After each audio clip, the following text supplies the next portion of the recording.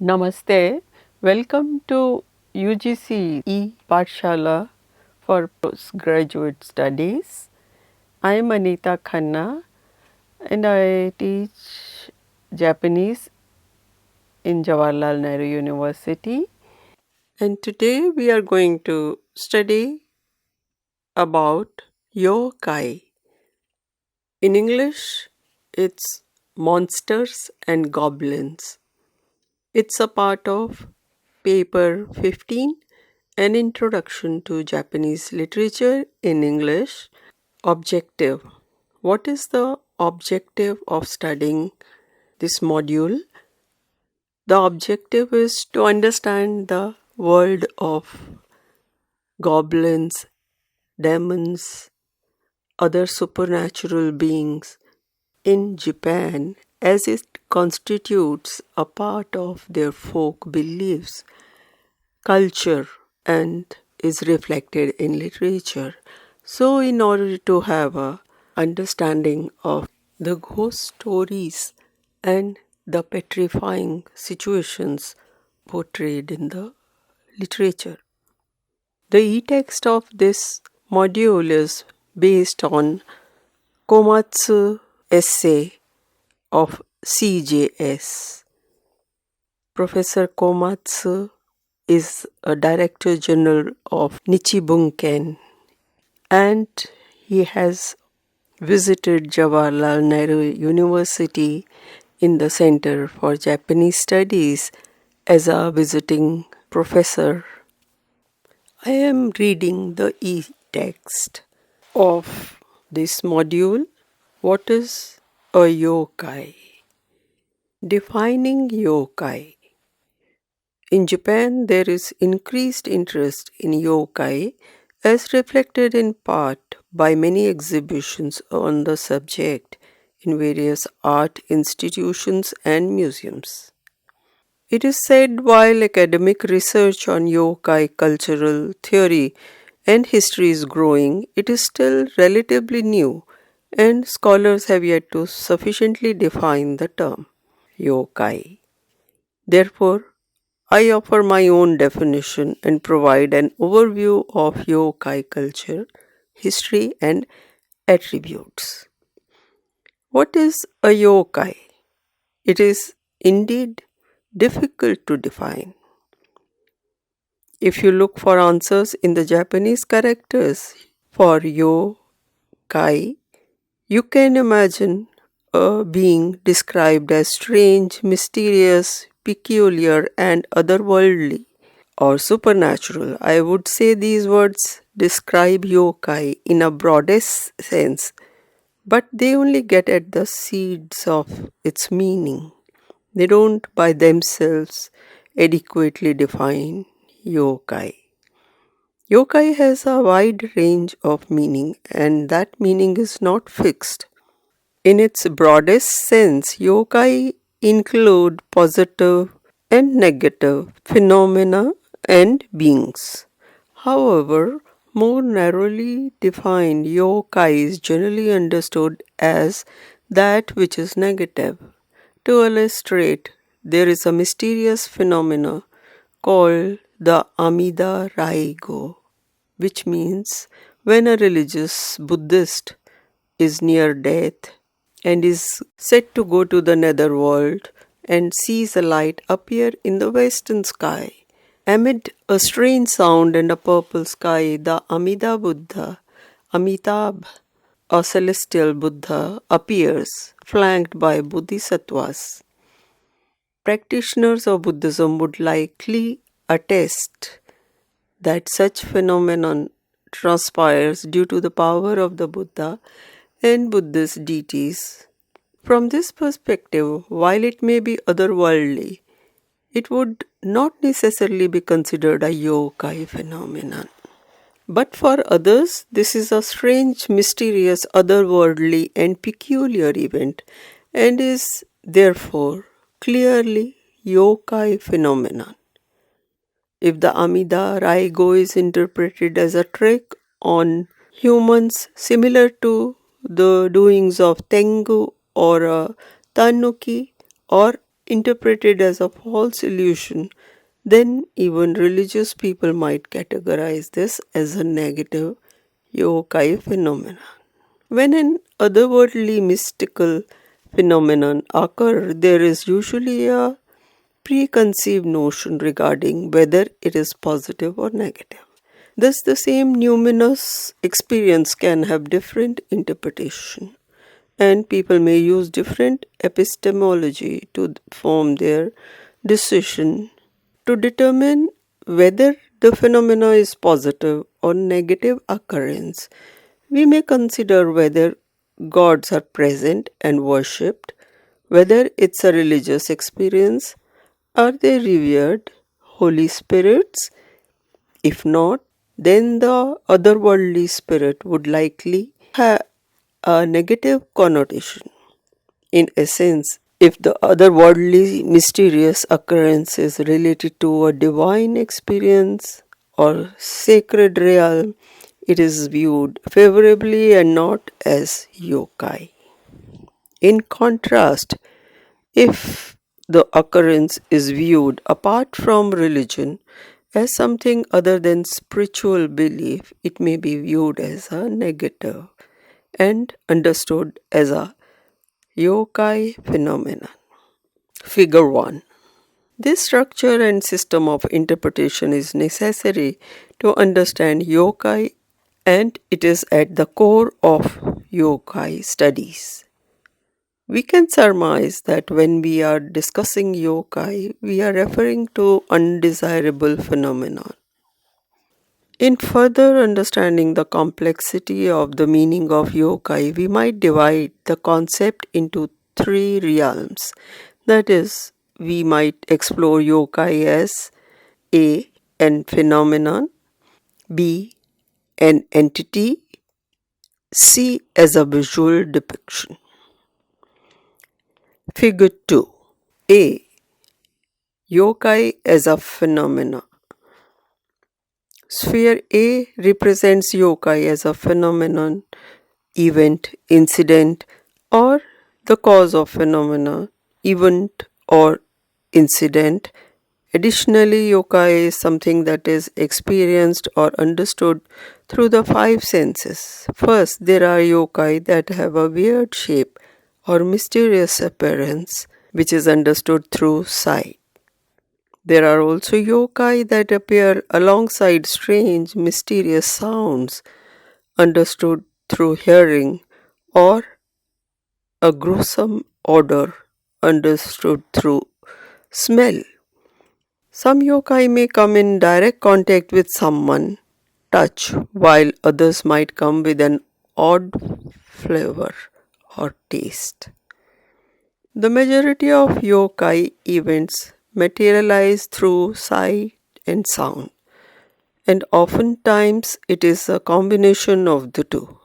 For example, if a peculiar looking creature appeared with a peculiar sound and peculiar odor, and those qualities are interpreted as negative or the cause of undesirable supernatural things, then it would be recognized as a yokai. Say you are working in mountain and decide to stay overnight in a small hut. From a distance you hear the chopping and falling of tree. The next morning you look around the area where you thought you heard the sound, but there is no tree on the ground. This phenomenon dates to ancient times and is called furusoma. If we interpret the sound to have been caused by the intervention of supernatural effects, we might regard this strange and unexplainable event as a yokai. However, if it is regarded as a phenomenon that can be reasonably explained, it is then a non-mysterious, non-yokai event. There are various mechanisms amid society that work to explain whether a creature that appears during an event or phenomena is interpreted as a yokai, and the above system of interpretation forms the basis of that premise. As such, all kinds of stories, large and small, come together to explain an event that can be described as that of yokai. Historically, we might imagine that because science was less developed in ancient times, incidents of inexplicable, weird, and mysterious phenomena or yokai events were more frequent, more common. Furthermore, yokai events were subject to regional interpretations, and some events, such as Furusoma, were named. The act of naming these shared incidents and experiences is important in considering how events are shared among and between communities. The act of naming has the additional effect of expanding the repertoire of yokai stories and characters, as will be discussed further. The accumulation of such stories led to the formation of yokai culture. While yokai as an event may be one domain of the meaning of yokai, such phenomena are influenced by some kind of corresponding existence. For example, that otherworldly yokai phenomenon, Furusoma, is influenced by the existence of a yokai. That is, Furusoma sounds of falling trees are often attributed to the existence of ghost of a lumberjack who died in the mountain. Yokai as an entity. The second classification of yokai, as represented in sphere B, is its existence, presence, or entity. There are many entities or beings that are part of the human world, including those that are supernatural or mysterious. Tengu and Tanuki are examples of such supernatural beings. To understand yokai as an entity, we must consider Japan's deep rooted animist worldviews, in which everything in nature is inhabited by Reikon. Reikon includes concepts such as Rei, in other words, soul, Oni, demon or ogre, and Mononoke, a haunting spirit. Animism acknowledges that Reikon most certainly dwell in animals, but also in mountains, rivers, trees, water, and rocks. Spoken human language even has a kotodama, spirit of the words. Reikon is personified and therefore carries emotions similar to that of humans. It can be happy or angry. Its various emotions are thought to mysteriously affect those who are in its immediate surrounding area. If the Reikon was angry, it may appear as a natural disaster or plague. On the other hand, if it was happy, it could result in fishermen coming back from sea with a big haul or an abundant harvest for farmers. In ancient times in Japan, people expressed and categorized the state of these reikon as areru, meaning rough, or nagomu, meaning calm. If the power of a spirit was very active and fierce, then people would say it was ara mitama, a rough spirit, and was to be feared. Conversely, a more passive or cool spirit was deemed nigi mitama, or a calm spirit, which is said to bring good fortune and happiness. Humans conducted rituals such as Chinkonsai to transform a rough spirit into a calm spirit. The rough spirits were categorized as monstrous, and out of control, and it was thought that the spirit either had not gone through a ritual to change its status or otherwise could not be pacified. This condition was understandably not welcome by humans. Those types of yokai entities are associated with undesirable yokai events. Further, a spirit being an unfavorable state, a rough spirit was often referred as a demon or oni. Many things and ideas despised by human beings were imbued upon oni. Spirits that carried disease were oni. Loud sound from the heavens, thunder were oni. Prison guards that torture those in hell were oni, and vengeful human and animal ghosts were oni as well. The oni was a composite of various rough spirits and a synonym for undesirable otherworldly spirits. As such, oni can bring forth disaster and misfortune.